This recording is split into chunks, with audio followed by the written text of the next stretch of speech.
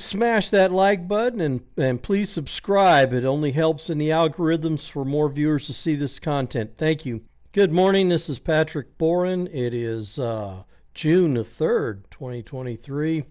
And I got a few things to kind of look at and talk about as far as the PAC media rights timeline, as well as some of a conspiracy that I caught by listening to the Flugaur Empire the other night, and one of the callers mentioned some things, so I wanted to bring that up. And then the third thing I wanted to share was how the Monty show revealed, when Brett Yormark revealed that the Big 12 would be giving out $44 million per school from last season. This means before even the new contract kicks in, understanding that the previous contract was about $23 million per school. It will now be moving up to 31.7 or almost 32, so almost 10 million more per school.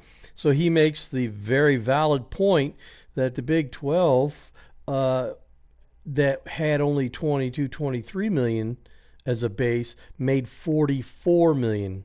So they doubled the value. So if the Big 12 then is making 32 million and they double the value, then clearly it could be up to 64 million per school under the new contract. So these are things to consider in this video. I just wanted to share this with you. Timelines. The first of three really to focus on here is how San Diego State has a given deadline of June the 30th to leave the Mountain West, and that is approaching rapidly, and there seems to be no Pac-12 resolution for a media rights deal in sight. So basically this first timeline means that if the Pac-12 doesn't have a media rights deal, not only just presented, which they haven't even done that, but once they present it, they have to have it vetted between all the schools. It means who's actually going to sign this media rights deal. For that time frame, it seems highly unlikely that they'll get it done by July 1st. If they don't get it done by July 1st, the bad news is the Pac-12 will not be able to expand. The worst news is if other teams leave, like Colorado and Arizona, they have to go back to the drawing board on media rights negotiations, at which point the Pac-12 will be in further trouble. So now let's look at a couple other timelines. On the second note of time frame issues comes the Pac-12 media days for this year coming up is July the 21st. So they should have something, you would think, in order to save a little face before their media days on July the 21st. As well as the Big 12 has their media days set for July 12th and 13th. I can imagine that Brett Yormark would like to have nailed down a lot of the expectations, expansion, and such for the media days on July the 12th and 13th. So there's a time frame there as well. I'm sorry, I didn't get the name. It's P Doggy Dog. All right, the floor is yours. I had one interesting conspiracy theory, perhaps, to bring up. Yeah, and I'm curious as to what your thoughts could be. When we were all shocked with this AAU news dropping today, I believe Carol Folt happens to be the chair of the AAU currently, right? Oh, I did not know that. Let me check. Yeah, let's double check that, because if that indeed is the case, I have a mini thought train perhaps to play out here. Yes, you're correct. Holy smokes. Okay. Go ahead with your conspiracy.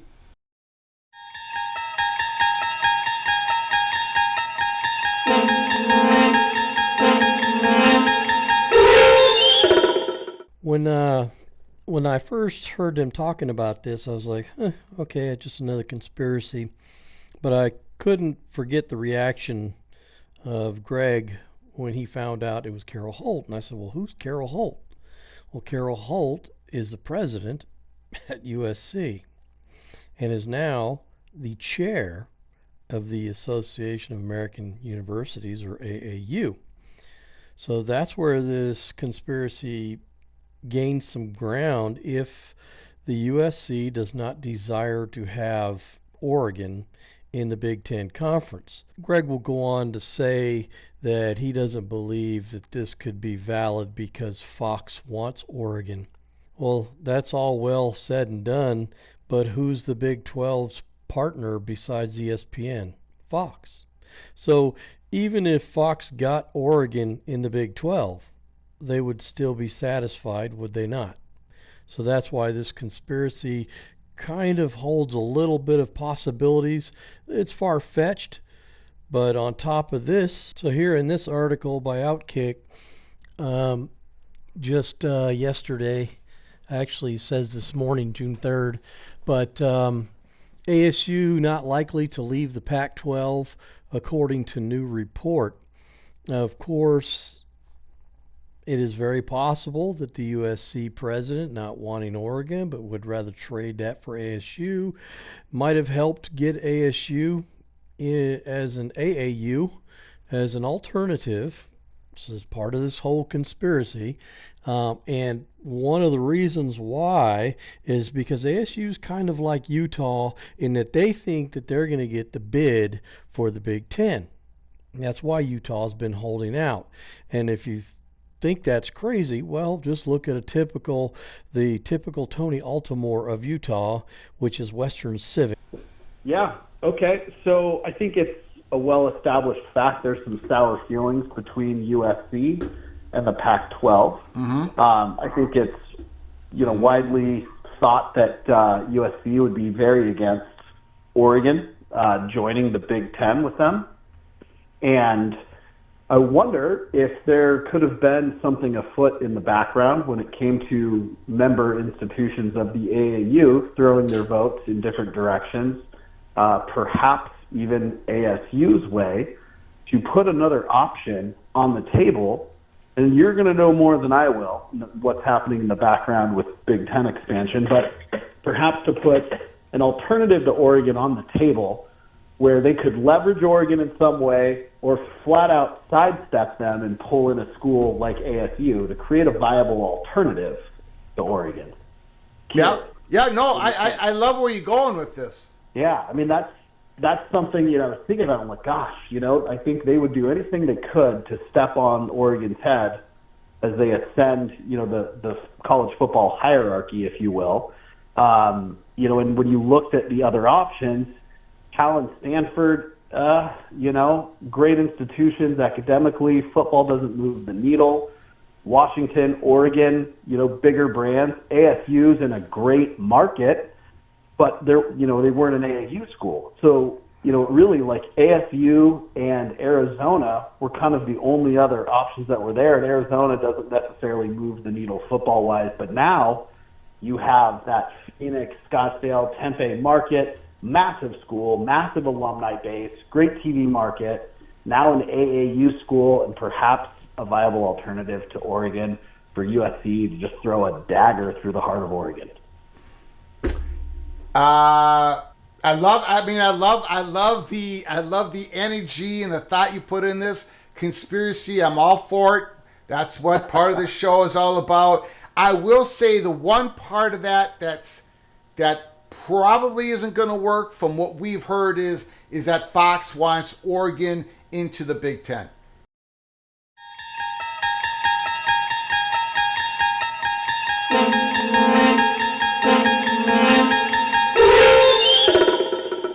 Western Civic, I apologize. That's been up there for a while, and I failed to get to it. Okay, go ahead. The floor is yours. Continue on. Okay. All right. Well, before I get to the end, remember, I got one final thing, so let's not end it until we get to, because it's the most important thing. So do we got a deal there? You'll remind me.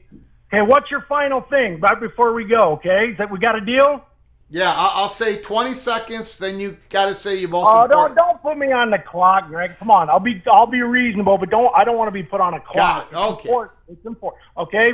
Got Just it. work with me. Just go, okay, what's the final thing? Okay, but before we get to that, wow, okay. Let's start with this. All my Big 12 opponents here. Look, the idea that the Big 12 is poaching the Pac is over. Okay, the same people who told I think, I don't know, Greg is very close because the timing was the same. Greg had the same information I did when Oregon and Washington, we got that information earlier in the year. Well, the same people who said that 6 months ago, or not 6 months ago, whenever it was, said yesterday that Oregon, Washington plus to the big is imminent, okay? And look, if you ever want to decide which conference is better, you need not look any further than Colorado's record in the PAC, okay? And let me just throw this out there. And look, I'm a Utah guy, and you know it's weird about Colorado. We have the Jazz and the Nuggets have a rivalry. We know about these people over there. And by the way, the name of that game when Utah plays Colorado, it's called the Hunt. You can go back to whenever. It's called the Hunt. It hasn't been much of a hunt, I have to say. And let me just say, if Colorado, at this point, after laying the biggest egg in PAC history, hires themselves the flashiest coach in college football history, and then puts their tail between their legs and goes back to a diminished Big Lubbock conference, I assure you, you will be a Utah laughingstock forever. That will be like you thought Oregon gets crap for their flashy uniforms. Wait till Colorado gets it for riding the showboat. So let me get this straight. Yeah. Western Civic, you have gone. Yes, sir. You have gone from Colorado. There's no way, no heck, no way. They're going to the Big 12. They're not going to go to the Lubbock Conference. Colorado Buffaloes, Pac-12, no chance. They might go to the Big 10. Big 10 might grab 6, 7 Pac-12 schools. Colorado, no way going to go to the Big 12. You've gone from that position to, if Colorado goes to the Big 12, they'd be the biggest laughingstock of the Utah Utes. So you've changed a little bit. No, my position actually hasn't changed. I give it a 1.5% chance. But there's a big difference here. I mean, what like Opie and I bet on, as far as I'm concerned, that bet is over. The bet was that Colorado would be, that the Big 12 was going to put the death nail in the PAC. That is over. What's happening here, if Colorado moves, it's because other people are obviously going to the Big, and they don't have anywhere else to go. And that's what's going on, okay? Yeah. Because I don't see, how do you hire Deion Sanders? And here's another reason, the argument you always make, Greg, about no one makes the argument about, we want to go somewhere where it's easier. Well, the Buffs fans that want to do it, I'll name one, David Talks Buffs. That's an argument he made. Let's go to the Big 12. It'll be easier. Come on, man. So anyway, but the argument, look, the Big Okay, so now get to your PAC. most important point. Okay, in this moment of massive college football transition, we got to make sure we stand up for ourselves a little bit. No, I'm not going to download some app and pay for it so I can stream my favorite team on my phone. No, I'm not going to be denied my right to use legal tender cash when I go to a ballpark. Come on, guys. These guys want to know who you're sitting next to and what you ate and how many beers you had. We've got to make sure that we, as the passionate fans that we are, that come together to have these massive emotional group experiences that these corporations take to the bank every Saturday. Let's make sure that we get heard as fans. We don't have to sit at 10 p.m. in the cold all the time to watch a game. You finished strong. No more war. No more war. No war, Sir Greg, and thanks a lot. And boy, y'all better keep the head on a swivel. Brett Yormark dropped bombs all over the Pac-12 today when he announced that the Big 12 delivered $44 million per school in revenue. And that number has to be shocking to the rest of the college football world. But if you are in the San Francisco Bay Area at the Pac-12 headquarters and you hear, Jake, that the Big 12 is getting $44 million per school before the 4 new teams enter the league, my goodness, that has to be earth-shattering for Brett Yormark, to deliver that to George Kliavkoff, like that's just shocking news for the Pac-12. Yeah, I mean, do we want to start filing the paperwork now, or how long do we want to wait to start working on moving to the Big 12? Because this has been the crux of the conversation the whole time. We can sit here and we can beat around the bush and we can talk about, the Conference of Champions, and we can talk about how, these different options might work for us or whatever. But there's no getting away from $440 million spread across 10 members. This is precisely the dagger that we have been waiting for. You don't have a deal. The Big 12's got a deal. What really are we looking at here? It's all fine and dandy that that's the number for the Big 12. That's not even the conversation at this point. The conversation is, holy cow, we don't have a TV deal. It's June 2nd. You've been telling me since last November, October-ish, that everything was fine. No, the house isn't burning down. You just smell fire on the stove, right? Like, it's cool. Not anymore, dude. Like, now it's getting real. Big 12 schools are making, $44 million, man, a year. And that's before the 4 new teams in the new TV deal. I mean, you're looking at a $50 million. I think the Big 12 is looking at not 50, but $60 million per school. And if you are the Pac-12 and you are Arizona State, Colorado, Utah, Oregon State, if you're Gonzaga, I don't know how you are not trying to find a pen right now and put it on a piece of paper, sign your grants of rights in the Big 12. Like, I honestly don't know why you haven't done that yet. These numbers are not flukes. These numbers that we're talking about, that's real cash in your pocket when you're talking about $40, $50, $60 million per school.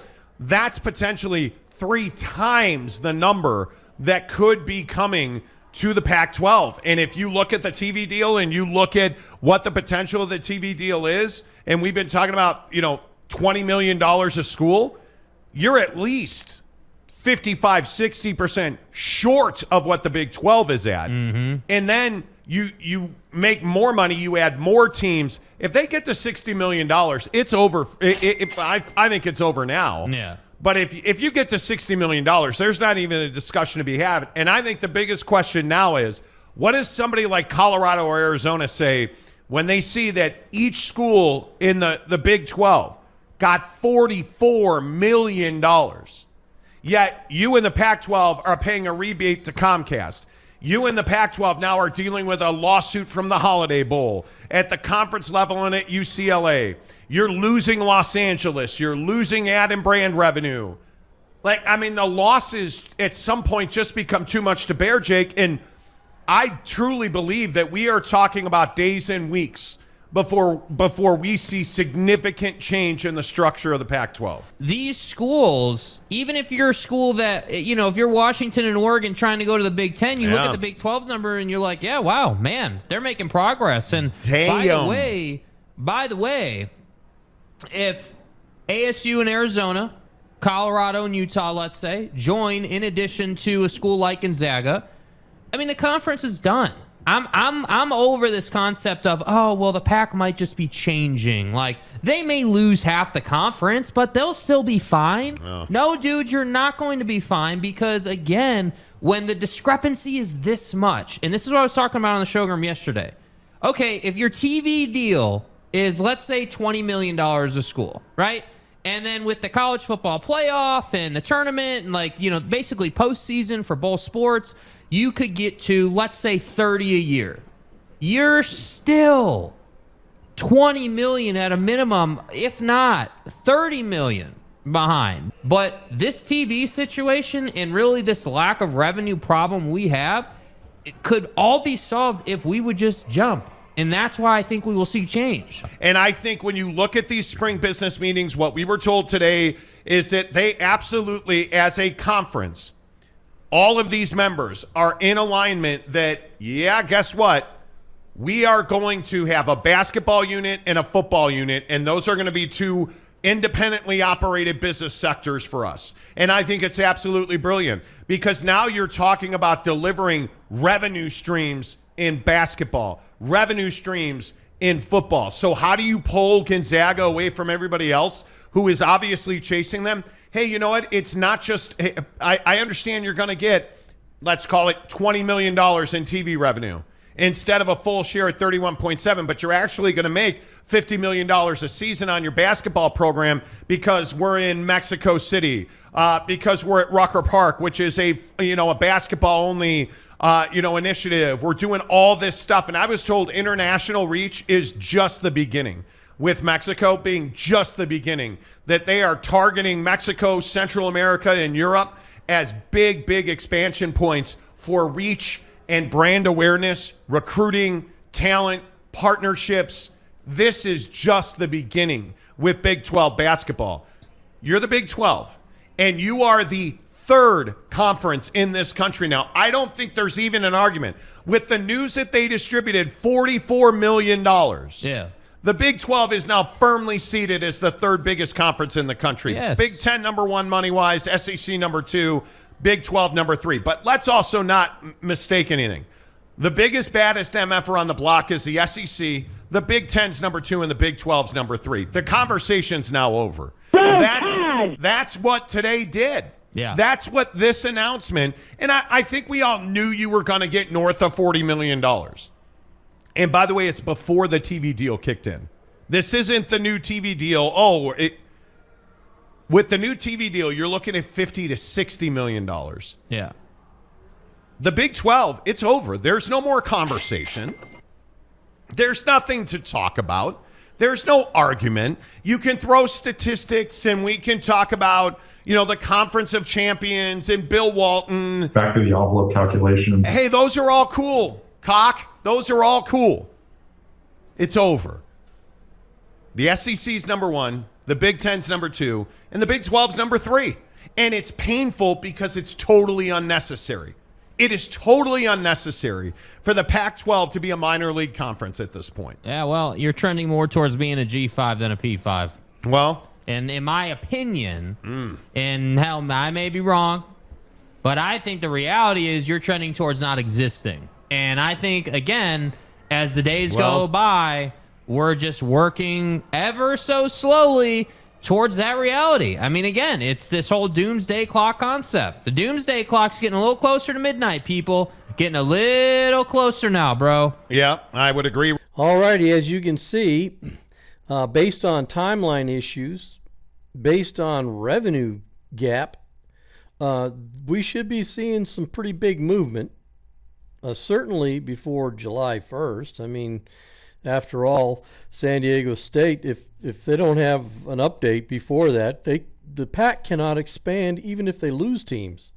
So it's just a rough spot. I don't understand how things, maybe they've already happened. Maybe teams have already signed up and are just waiting to announce. Who knows? I don't know for sure. I just know that we'll definitely, I believe we should hear before the Big 12 Media Days, right about that time, or maybe at the Big 12 Media Days, we'll hear the release of what teams are coming in, expanding the Big 12. So thanks for listening, guys. We'll talk at you next time, or if we catch anything big news coming, we'll break it and share it. Thanks. Big 12 open for business. There is no doubt the Big 12 is open for business. We will leave no stone unturned to drive value for the conference.